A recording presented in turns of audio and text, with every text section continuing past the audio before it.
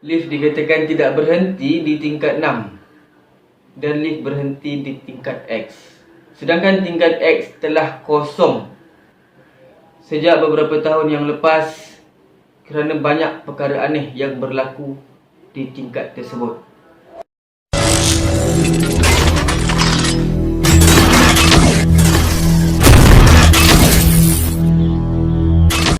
Hai guys, Assalamualaikum. Welcome back to my YouTube channel. Macam mana dengan raya korang? Dekat rumah, okay? Okay guys, untuk kali ni aku akan kongsikan dengan korang 4 kisah seram yang berlaku di sekitar UiTM di Malaysia. Jom, tanpa berlengah lagi, jom kita layan cerita ni. Check it out.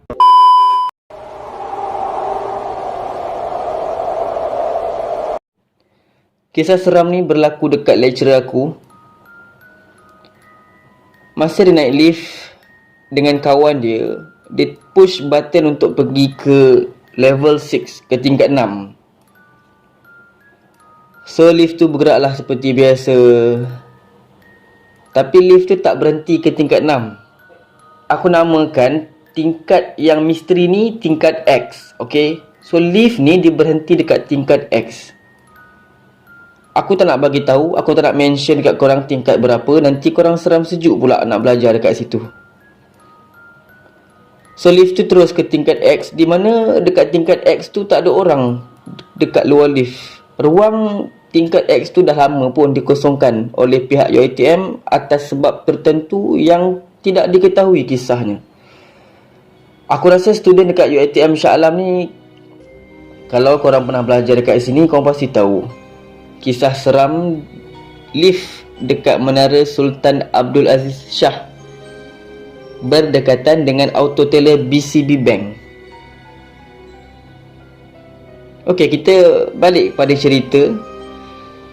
Dipendekkan cerita, lift tu turun naik berulang kali dari tingkat bawah, paling bawah, ke tingkat X. By the way, korang tingkat paling bawah sebelum pergi ke tingkat 1 adalah tingkat 2. Yang peliknya, kenapa tak berhenti dekat tingkat 6, sedangkan aku punya lecturer tekan butang tingkat 6 tu lebih kurang 10 kali dah ditekan. Sampailah lecturer aku dengan member dia tadi panik. Diorang dah dapat agak dah apa sebenarnya yang berlaku. Akhirnya selepas 10 kali turun naik, lift itu berhenti juga kat tingkat 6. Actually banyak dah perkara pelik yang berlaku dekat lift tu. Ada student cerita dia pernah naik lift tu sama-sama dengan perempuan yang sangat pelik. Perempuan tu turun kat tingkat X yang gelap dan tak ada laluan di situ. Soalan dia dekat sini, siapa perempuan tu? Dan tak hairanlah kenapa student perempuan sering kena histeria masa diorang naik lift tu sorang-sorang. Dan akhirnya student perempuan ditemui sedang meracau dalam lift bila lift tu turun ke tingkat bawah, di mana ramai warga UiTM sedang menunggu untuk naik lift tu.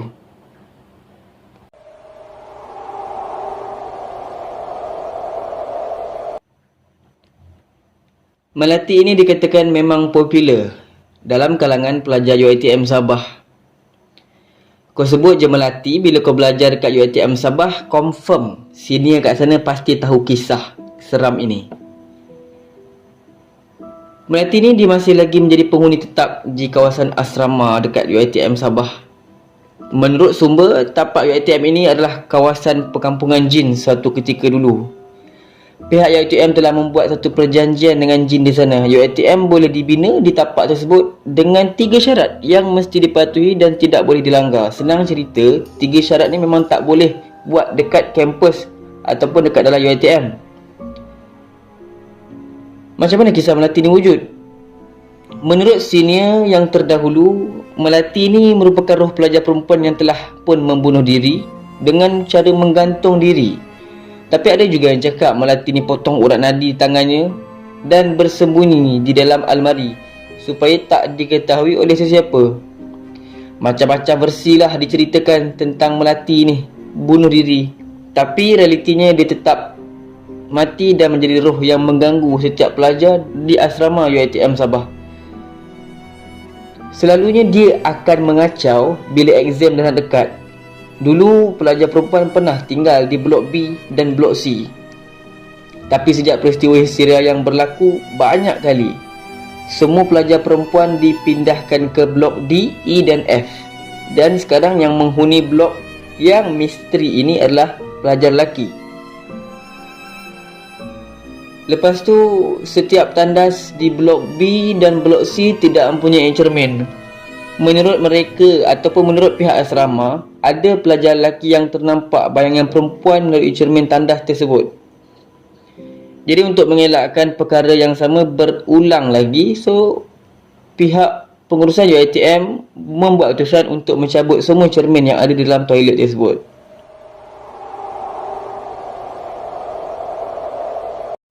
Kisah yang ketiga ni berlaku di Tasik Tun Fatimah. Kenapa Tasik Tun Fatimah? Okey guys, Tasik Tun Fatimah ni berada dalam UiTM Lendu di Melaka. Tasik ni sangat famous bagi para student untuk diorang lepak dekat sini. Macam-macam kisah lah yang berlaku dekat Tasik ni. Kisah seram ni berlaku sewaktu aku masih menghabiskan aku punya diploma di UiTM Lendu. Kebiasaannya pada cuti weekend aku akan keluar ke bandar. Tak kisahlah tengok wayang ke, makan-makan ke, saja aku nak isi masa lapang. Kali ni aku keluar berdua dengan kawan aku dan aku sewa kereta di kawasan berhampiran, tak jauh dengan aku punya kampus, di kawasan Kelemak berhampiran dengan Lendu. Kalau korang pernah belajar dekat sini, pasti korang tahu kawasan Kelemak ni memang famous lah antara tempat yang ramai juga pelajar yang akan sewa kereta dengan pakcik ni.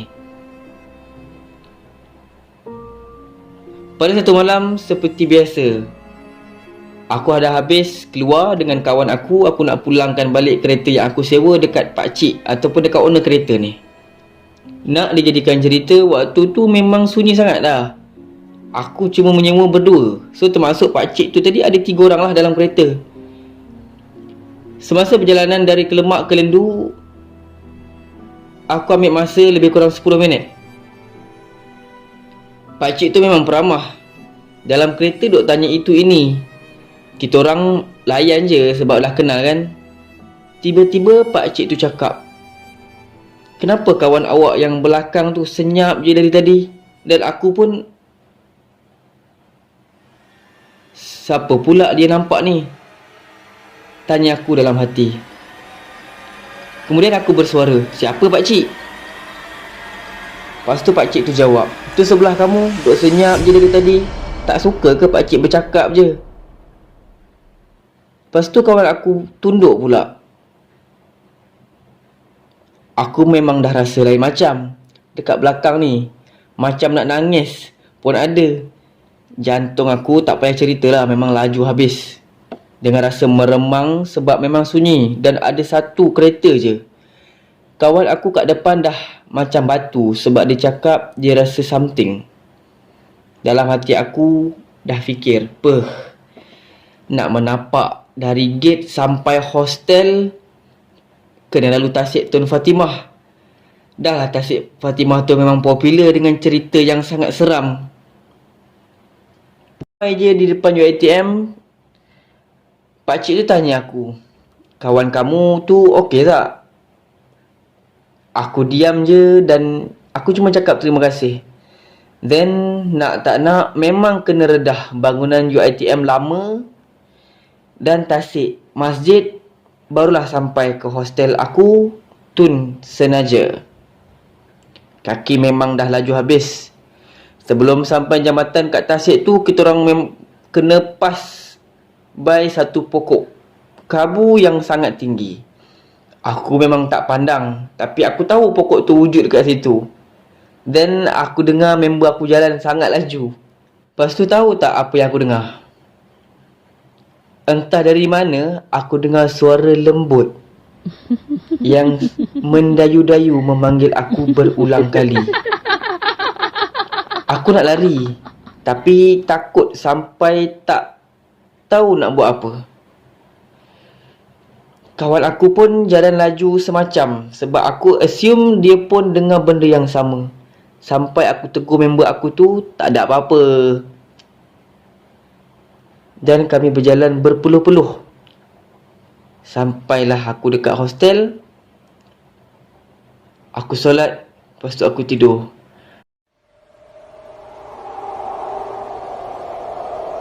Dari Melaka, kita beralih ke sekitar kawasan Selangor. Kisah yang keempat ni berlaku di UiTM Puncak Alam. UiTM Puncak Alam juga terkenal dengan kisah seramnya yang tersendiri. Kisah ini dikongsikan oleh seorang sahabat kita.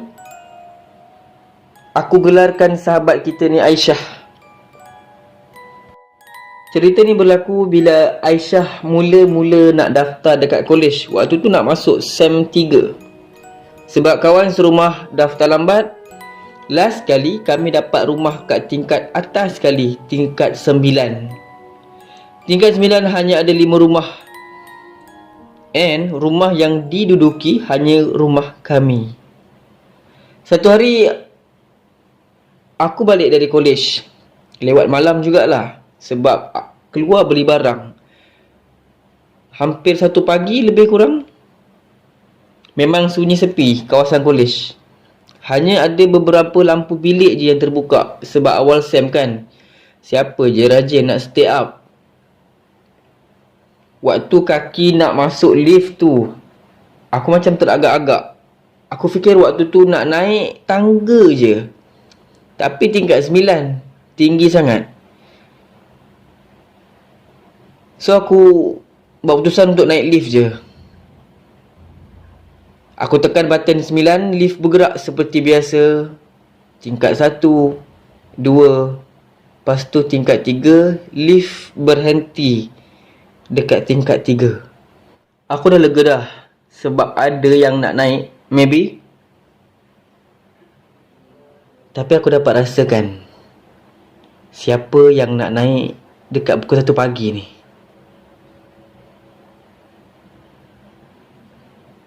Yang naik adalah perempuan pegang buku lusuh berdebu dekat tangan dia. Dengan muka pucat dia tu, actually guys, aku memang boleh nampak makhluk halus ni.